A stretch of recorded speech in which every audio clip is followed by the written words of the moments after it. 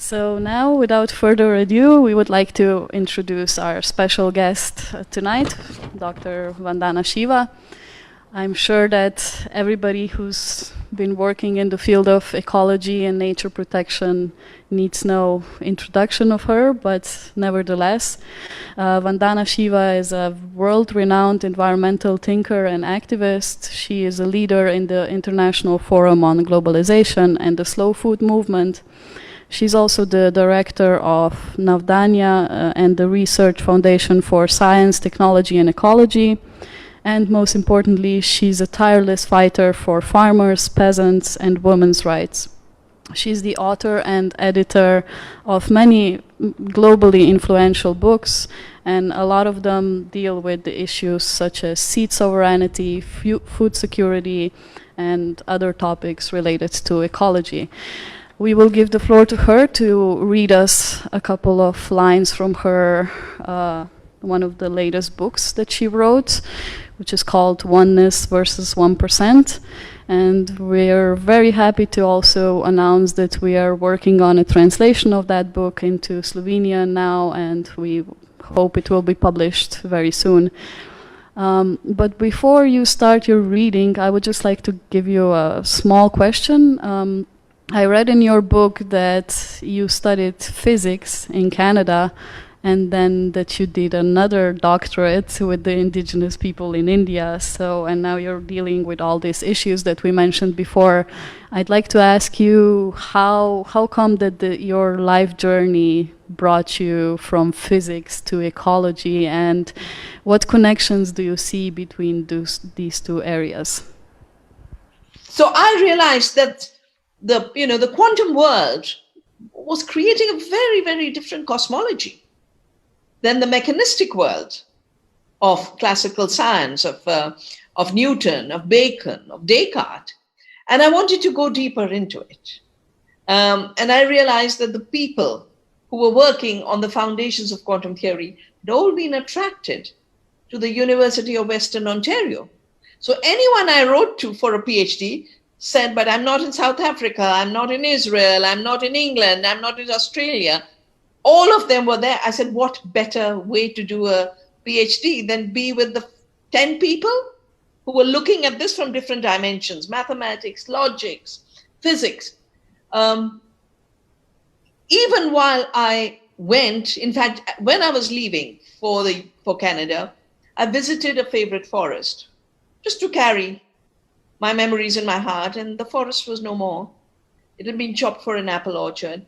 And the streams, that mountain is a source of many streams, but this stream I went to swim in had very little water, just till my ankles. And that's when I felt like part of me had been chopped off. It's like my hands had gone. And I heard then about this movement of women in the mountains called Chipko, which means to hug. And my celebration after this lockdown will be to overcome the fear of each other that is being engineered and hug the earth, hug each other. What I learned from quantum theory is there's nothing fixed. Mechanistic thought says blacks are inferior, women are inferior, white men are superior. White men with money are super superior. Nature is dead. All of those assumptions are assumptions of essentializing inertness in the other and claiming the creativity of nature, of women, of peasants as the creativity of capital, which is merely a construct. So my physics taught me quantum potential.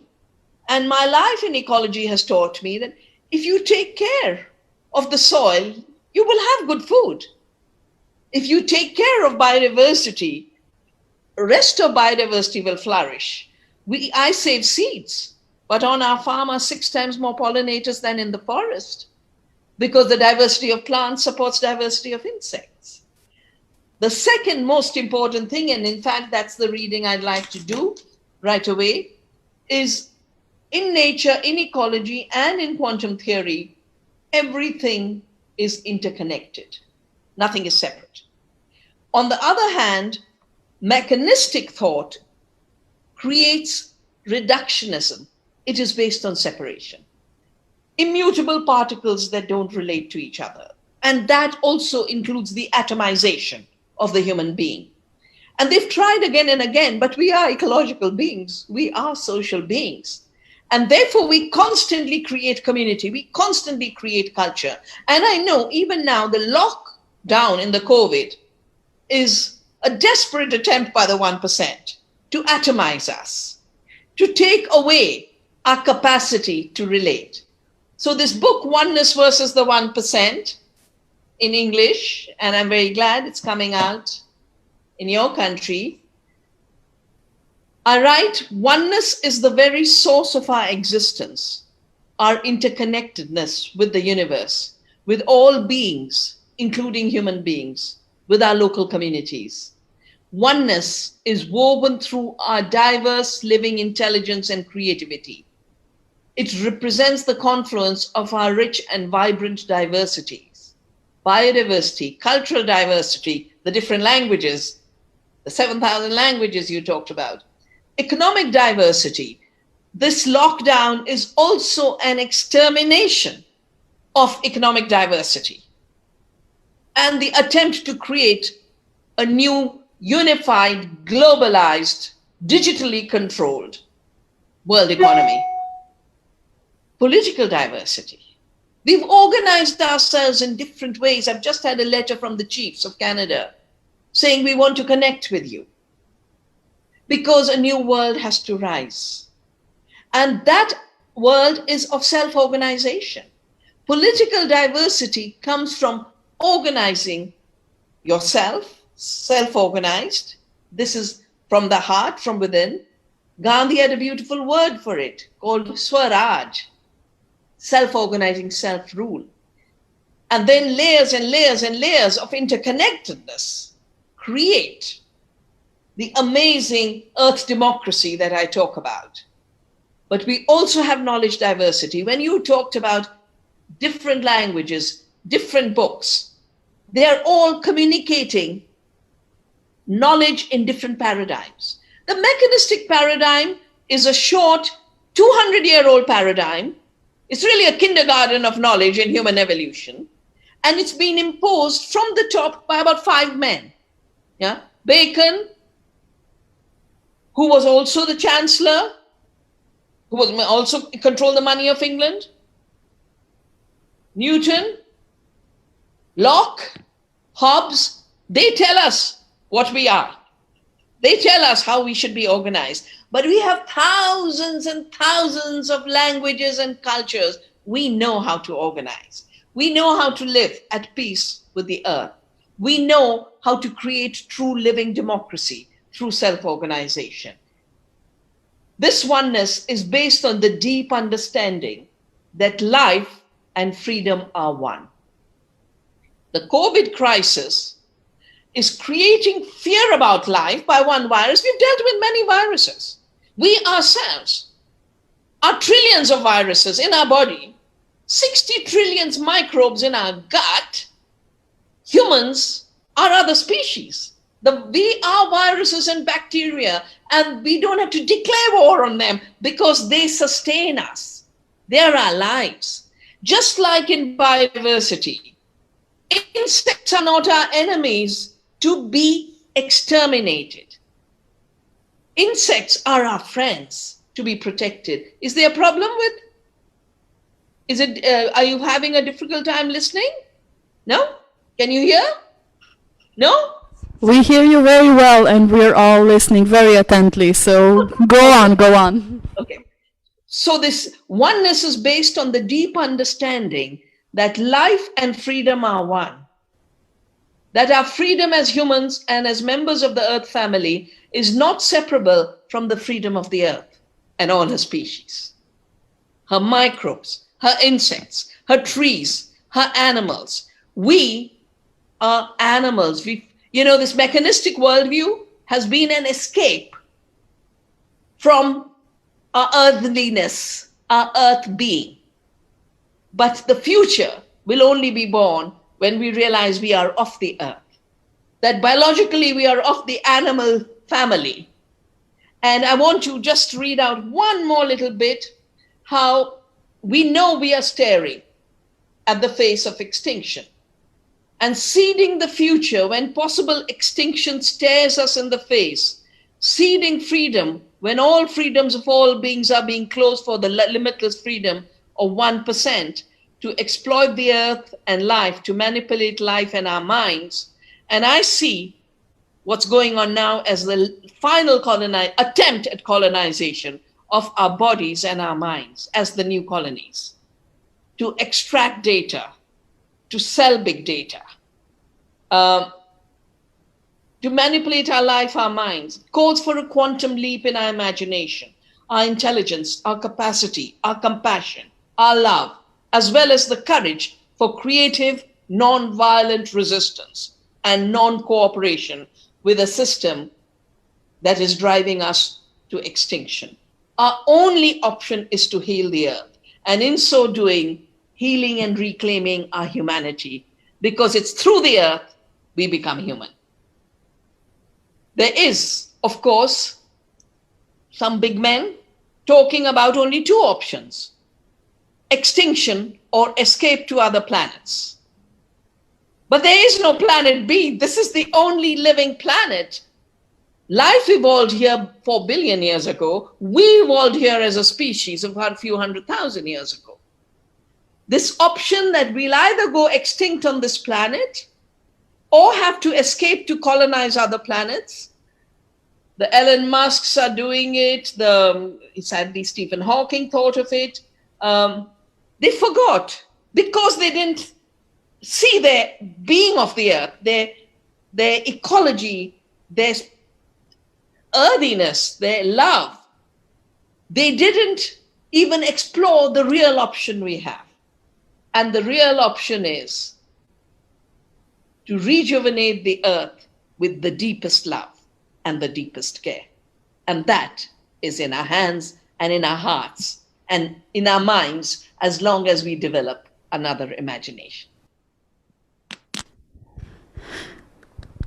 Bravo.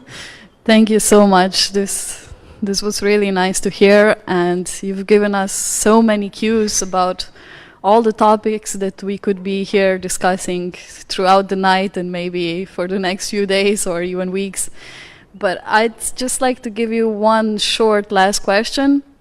You talk about in your book a lot about the economic system that was set up by this 1% and how they are trying to consolidate their power, take control over more industries and all spheres of our lives. And it seems like this current global crisis is an opportunity for them to do it even more, to take more power into their hands and all that. But the global conscience that is not good neither for the human species nor for the planet and all other species is growing. And how can we show them, how can we let ourselves be heard that we do not agree with this, and what can we do? So, the book really came out of 3 observations in 2015. First, that at the Paris summit, Bill Gates was on the stage with the heads of state, Zuckerberg, and I have attended UN meetings from the 80s, and the heads of state used to be heads of state. Never were billionaires standing with them and telling them what they must do, and here's $1 million for this, and there's here 200 million for this, and now you do this. The next year, Monsanto, a company that is my long-term friend, and I think we will have a little discussion on the whole GMO question. Monsanto was bought by Bayer. So I wanted to understand how this financial system works, who owned how much. And I realized that even the corporations don't own themselves anymore. They're owned by the billionaires and their asset funds. The 2 biggest asset funds, when I was doing the book, most of the biggest shares were in the hands of Vanguard, but now BlackRock has taken over. BlackRock and Vanguard did not exist at the time of the financial crisis of 2008. BlackRock became $7 trillion last year. But as you mentioned, during this crisis, 1 month, as bailouts are happening and monies, our tax dollars are being given, where are they landing? In the hands of the BlackRocks. BlackRock, within the COVID crisis, is controlling $23 trillion of assets. And then they are financing the burning of the Amazon, because growing GMO soya in the Amazon is very profitable. And a standing Amazon doesn't bring them profits. So chop the forests. They are the ones driving every negative economy in the world today. The digitalization that has been forced on everyone when you're not allowed to go out and have to stay home, everyone's turning to Amazon to place orders. Amazon, in Mr. Jeff Bezos individually, increased his wealth by $24 billion in the middle of this COVID crisis.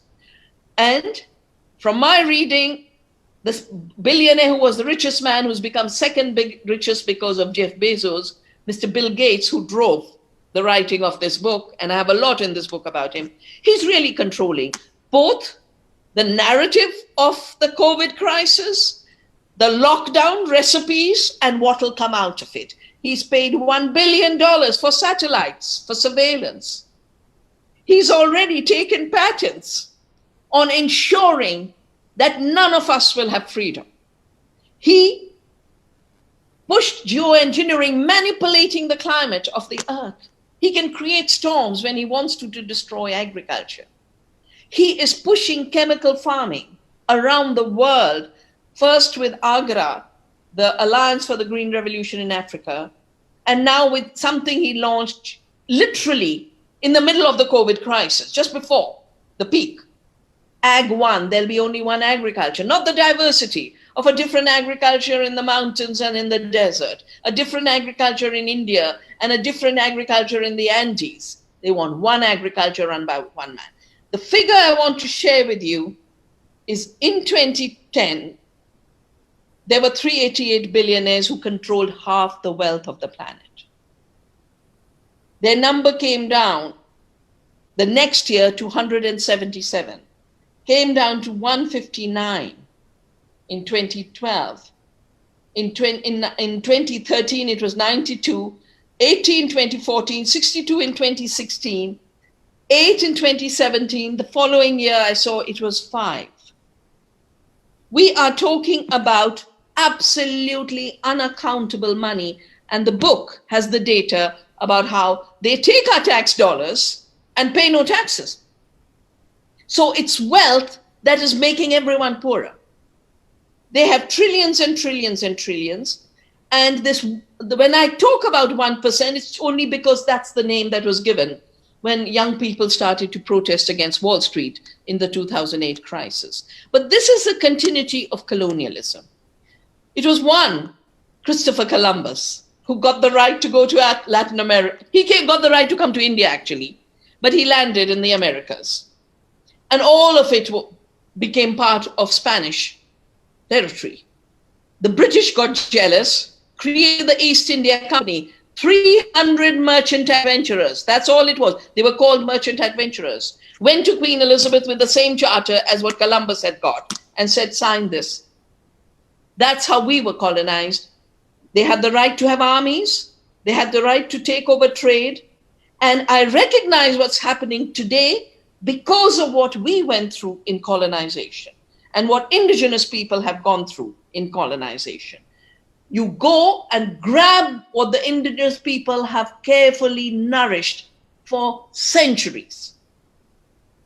You call them barbarians and primitives and get the right with a civilizing mission to exterminate them. 90% of the indigenous people of the Americas were exterminated. You then take what belongs to them and call it your property. And then you take rents from the people from whom you stole that property. It was called Lagan in India. What's happening now with the digital economy? Well, do they create anything? Does Amazon produce one thing? No.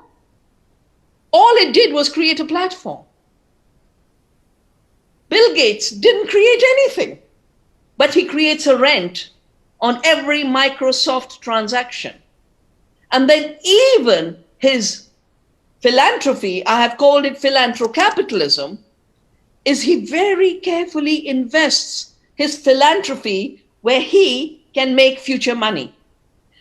It's health, it's agriculture, it's geoengineering, it's basically new colonies being carved out. And this has to be looked at as the new colonization. How do we deal with it? Like we became free.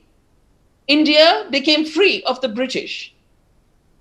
By taking back control, Gandhi started to spin cloth because all clothing had gone to England.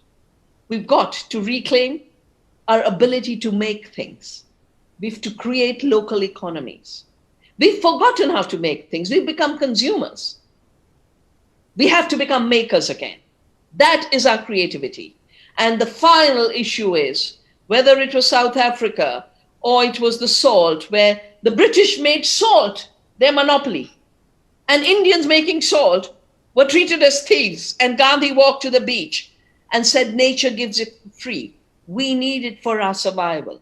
We will continue to make salt. We will not obey your laws. When I started to fight patenting of seed, I took inspiration from this and said, nature gives seeds to us. Our ancestors have evolved this rich heritage. We owe it to nature, our fellow farmers and future generations to exchange these gifts freely. Any law, any technology that comes in the way, we will not cooperate. Gandhi had a very powerful word for it, satyagrah. Satya means truth. Agrah means force. At the end of it, within us, we have a conscience. Within us, we have truth. Within us, we have love. That power to know what is unjust, what is untrue, what is taking away our freedom, and to say no. Our consent cannot be forced. Our consent comes from within us. And the withdrawal of our consent to things that brutalize the earth, brutalize humanity, destroy cultures, and push us to extinction, it is our duty to not cooperate, to say no. Thank you so very much for your words.